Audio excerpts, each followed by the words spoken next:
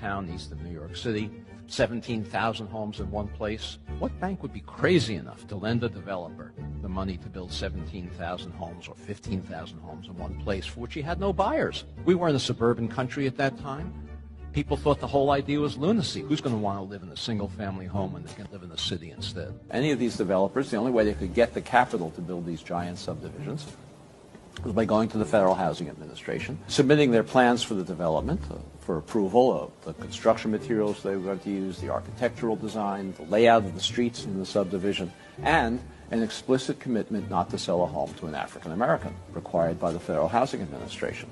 The Federal Housing Administration even required, as a condition of these guarantees, developers like Levitt to place a clause in the deed of every home prohibiting resale to African Americans or rental to African Americans. These deeds still exist in these homes today. They're no longer enforced, no longer enforceable, but they're still there. What was the consequence of this? Well, those homes in those days, in all of these suburbs, they sold for $10,000 or less, $8,000, $9,000 a piece. In today's money, that's less than $100,000, probably $90,000. African Americans who were prohibited, not they didn't want to, not because they didn't like living among whites, they were prohibited from moving into these suburbs, and they could easily afford to do so. Any working class family can afford to buy a home for $90,000, roughly twice national median income.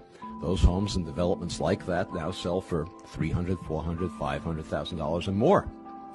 The white families over the next couple of generations gained, you can do the arithmetic, $200,000, $300,000, $400,000, $500,000 in equity.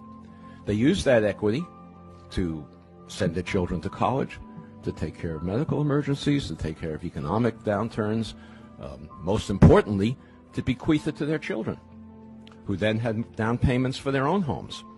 African Americans who accumulated none of that wealth as a result of this federal subsidy had none of those abilities.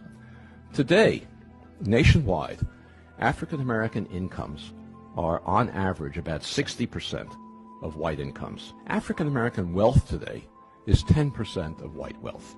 That enormous disparity between a 60% income ratio and a 10% wealth ratio is entirely attributable to unconstitutional federal housing policy practiced in the mid-20th century that has never been remedied.